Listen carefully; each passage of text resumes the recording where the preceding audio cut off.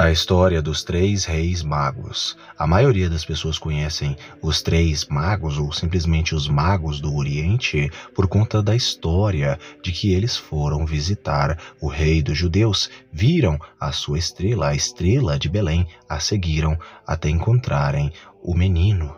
Mas o que poucos sabem é a identidade e a origem desses reis magos, ou desses sábios. Em algumas traduções bíblicas simplesmente chamam eles de sábios. Nesse vídeo vocês entenderão quem são eles e tudo o que nós temos a respeito deles. Portanto, eu peço que deixem os seus likes, os seus comentários e se inscrevam no canal Mistérios de Elohim.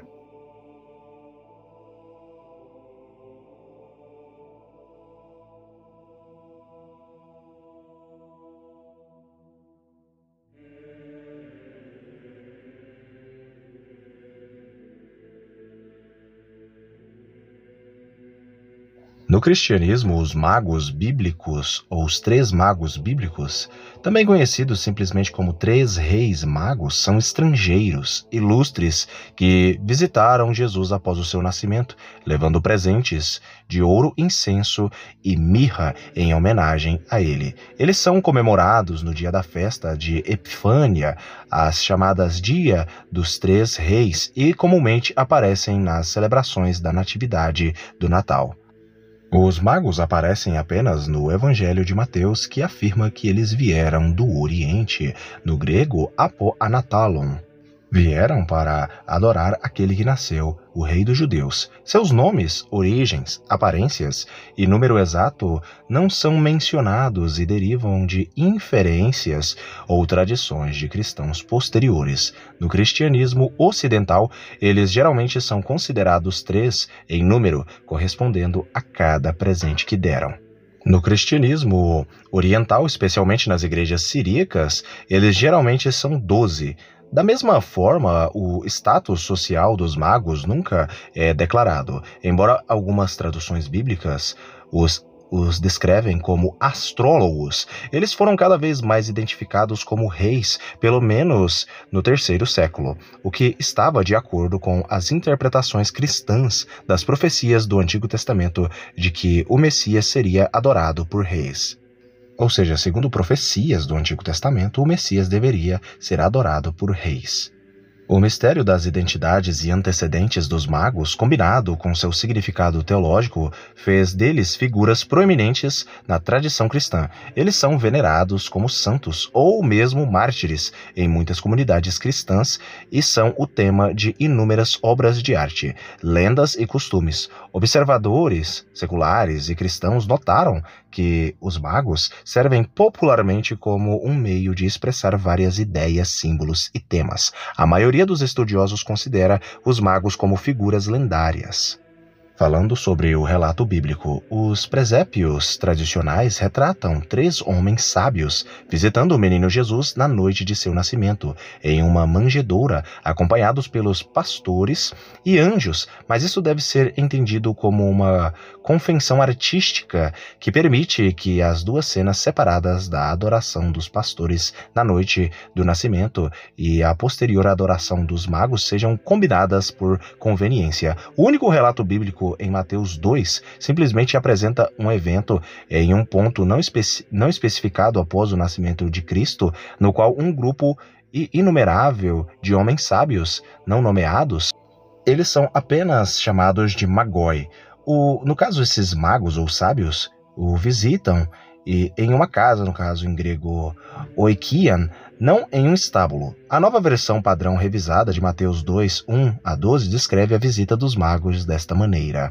No tempo do rei Herodes, depois de Jesus, que no caso nasceu em Belém da Judéia, sábios do Oriente vieram a Jerusalém perguntando: onde está o menino que nasceu, rei dos judeus? Pois observamos sua estrela ao nascer e vimos prestar-lhe homenagem. Quando o rei Herodes ouviu isso, ele ficou assustado e toda Jerusalém com ele. E convocando todos os principais sacerdotes e escribas do povo, perguntou-lhes onde o Messias deveria nascer. Eles lhe disseram: em Belém da Judéia, pois assim foi escrito pelo profeta: e você, Belém, na terra de Judá, não é de forma alguma a menor entre os governantes de Judá, pois de você sairá um governante que pastoreará meu povo Israel. Então Herodes chamou secretamente os sábios e soube deles a hora exata em que a estrela havia aparecido. Então ele os enviou a Belém, dizendo: vão e procurem diligentemente pela criança, e quando o encontraram, me avisem para que eu também possa ir prestar-lhe homenagem. Quando ouviram o rei, partiram, e lá, à frente deles, foi a estrela que tinham visto ao nascer, até que parou sobre o lugar onde a criança estava. Quando viram que a estrela havia parado, ficaram cheios de alegria. Ao entrarem na casa, viram a criança com Maria, sua mãe, e ajoelharam-se e prestaram-lhe homenagem. Então, abrindo seus baús de tesouro, ofereceram-lhe presentes, ouro, incenso e mirra. E tendo sido avisados em sonho para não retornarem a Herodes, partiram para seu próprio país por outro caminho. O texto não especifica nenhum intervalo entre o nascimento e a visita, e as representações artísticas e a proximidade das datas tradicionais de 25 de dezembro e 6 de janeiro encorajam a suposição popular que a visita ocorreu no mesmo inverno do nascimento, mas tradições posteriores variaram, com a visita sendo considerada como tendo ocorrido até 2 invernos depois. Este intervalo máximo explicou a ordem de Herodes em Mateus 2, capítulo 2, verso 16 ao 18, de que o massacre dos inocentes incluía meninos de até 2 anos de idade. Alguns comentaristas mais recentes, não vinculados aos dias tradicionais de festa, sugerem uma variedade de intervalos. Os sábios são mencionados 2 vezes logo depois, no versículo 16, em referência à sua evitação de Herodes depois de ver Jesus e o que Herodes havia aprendido em seu encontro anterior. A estrela que eles seguiram tornou-se tradicionalmente conhecida como a Estrela de Belém. Mas agora falando a respeito das identidades e também dos antecedentes dos 3 reis magos, ou simplesmente 3 sábios do Oriente. A realidade é que é um mistério a identidade desses 3 homens, visto que existem diferentes tipos de tradições que vão falar a respeito de suas origens, de seus povos, de nações que eles vieram, no caso, e também falar a respeito de seus supostos nomes. Mas vamos aos mais famosos das tradições antigas. Apenas fazendo uma observação, os nomes e origens dos magos nunca são fornecidos nas escrituras, mas foram fornecidos por várias tradições e também lendas. Entre os cristãos ocidentais, os nomes mais antigos e comuns para os magos são Melchior, são Gaspar ou Caspar ou Jaspar, e também Baltazar ou Baltesar, ou até mesmo Bitsaera.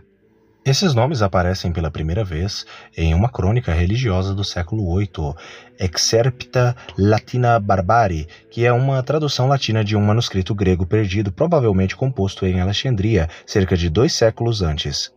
Outro texto do século VIII, Collectanea et Flores, que também foi uma tradução latina de um relato grego original, continua a tradição de 3 reis e seus nomes e fornece detalhes adicionais. Um candidato para a origem do nome Gaspar ou Caspar aparece nos Atos Apócrifos de Tomé, que relatam a visita do apóstolo Tomé ao rei Indoparta Gondopares, que é datado de 47 d.C.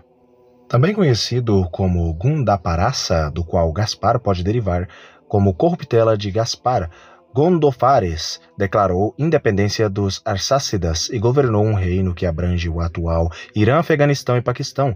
De acordo com o historiador Ernest Hersfield, seu nome é perpetuado no nome da cidade afegã de Gandhar, que ele teria fundado sob o nome de Gundoparon.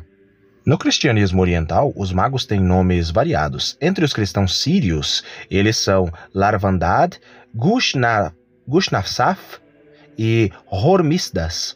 Na igreja ortodoxa etíope, eles são Hor, Karsudan e Bassanater, enquanto os católicos armênios têm Gukfa, Badadakarida e também Badadilma. Muitos cristãos chineses acreditam que um dos magos poderia ter vindo da China. Sobre o país de origem e a viagem, a frase do leste apo Anatolon, em grego, mais literalmente nascer do sol, é a única informação que Mateus fornece sobre a região de onde eles vieram. O Império Parta, centrado no Irã, na Pérsia, se estendia do leste da Síria até as franjas da Índia. Embora o império fosse tolerante quanto outras religiões, sua religião dominante era o zoroastrismo, com sua classe sacerdotal de magos. Daí nós temos a ideia de que alguns dos magos, na verdade um ou dois, poderiam ter vindo aí da Pérsia, um da Pérsia e outro da Índia.